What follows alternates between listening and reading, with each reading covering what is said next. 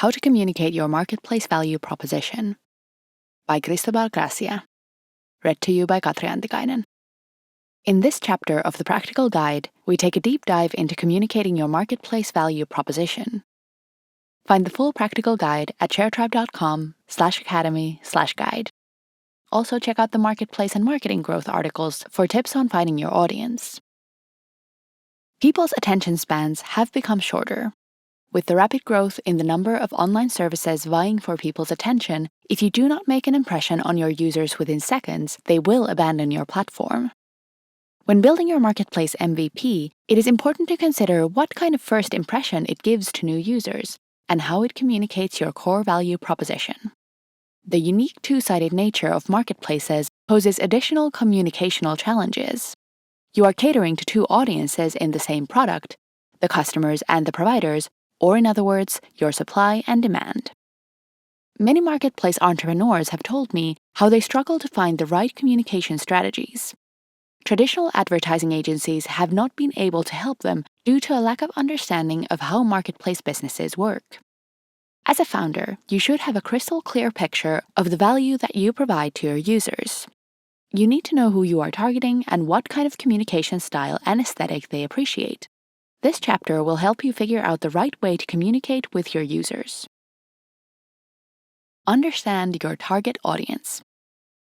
Too often, I meet founders who don't choose the right words to communicate their value proposition to their users. They pitch me for 15 minutes without saying a word about the problem they are solving or what the main value proposition is.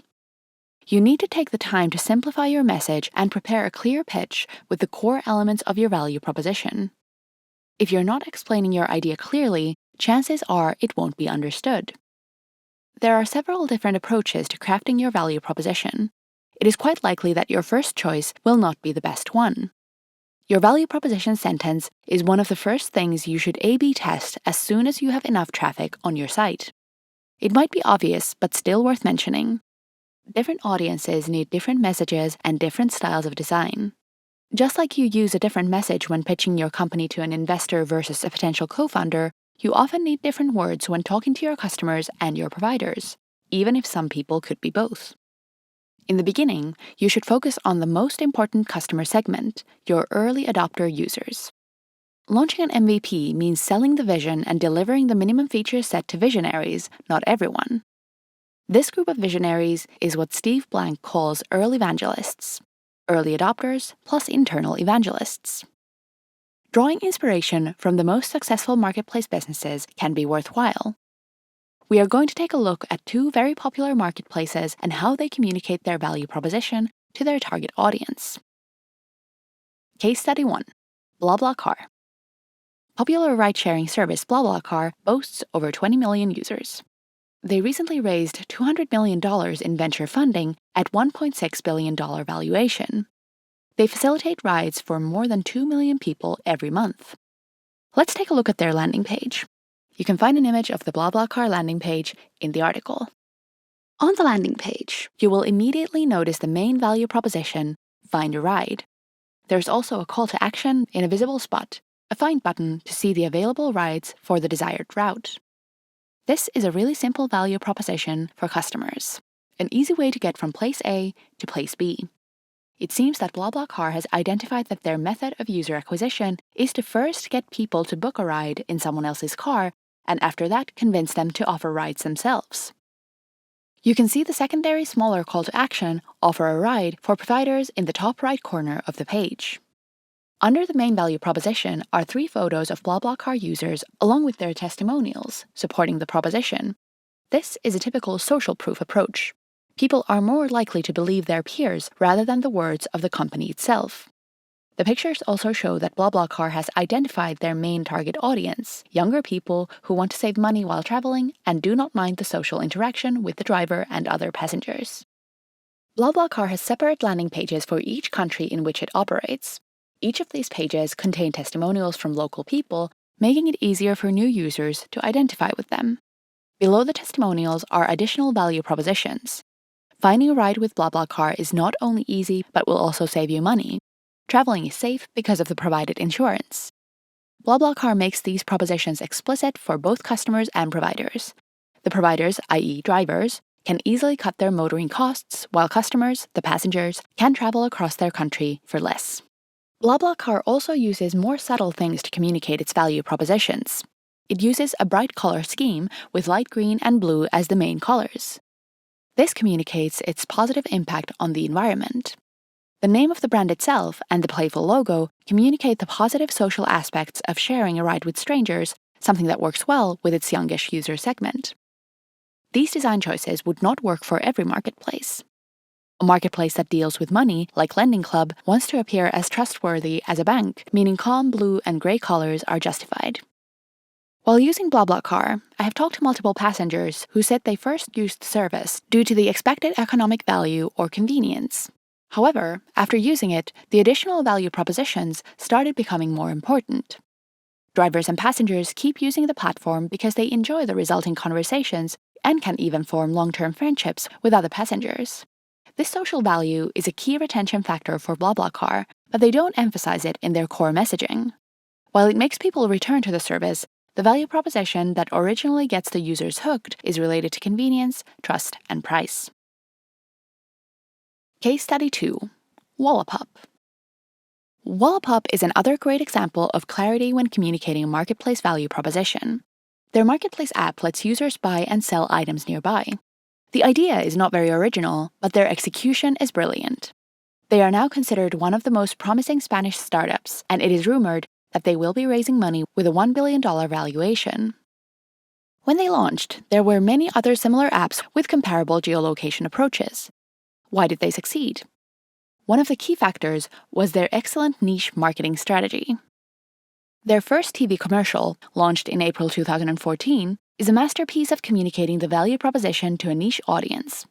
At the time, they had thousands of users and enough resources to create any kind of commercial. They could have chosen to target the mainstream audience, but instead focused on only one segment, the young and cool hipsters. Why? Because they had identified that this segment was the most active in buying and selling secondhand products in offline marketplaces. Wallapop knew these people would be the perfect early evangelist segment for them. Instead of going directly to the mass market, they chose to first become very successful in one niche and then expand.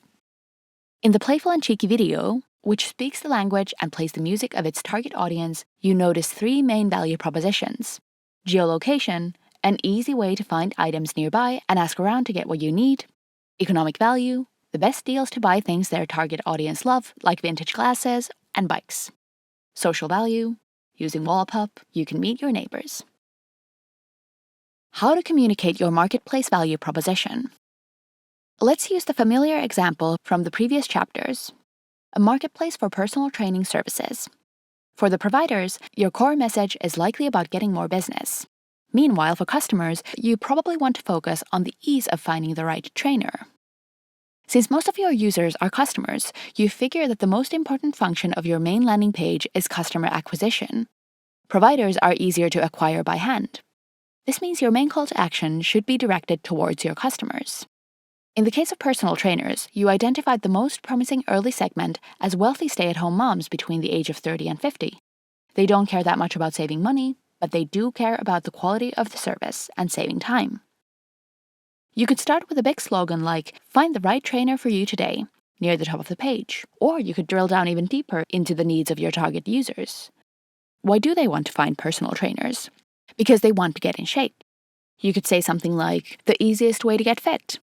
After the slogan, it's a good idea to have a big call to action, just like in BlaBlaCar's case.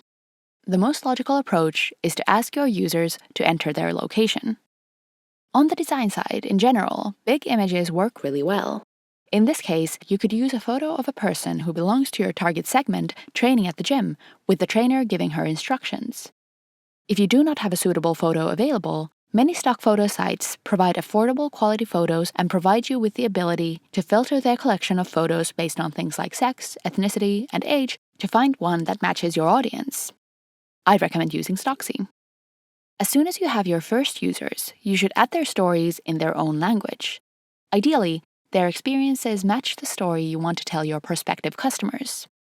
Below the proposition to your customers, you can talk about the benefits for trainers. Get new customers by advertising your services on our site for free. You could also have a secondary call to action for trainers to sign up at the top of your page. Another option to consider is to have a separate secondary landing page for trainers. This lets you focus on explaining your value proposition to them in a clear, more direct way, and also gives you an excellent place to which to point potential trainers if you decide to target them with advertising. Final thoughts. In this article, we have discussed the impact of language and design on your ability to communicate your main value proposition and make a good first impression. This is a critical first step in making your users stay on your platform. It is not enough to focus on the language and design of your landing page. You want to make sure that all the communication to your users, from support emails to error pages, have the same coherent language and style. We are now going to shift our focus towards the design of your marketplace. By design, we do not mean simply making your marketplace look pretty. As famously said by Steve Jobs, design is not just what it looks like and feels like. Design is how it works. We will dig deeper into practices that actually make your marketplace work for your users.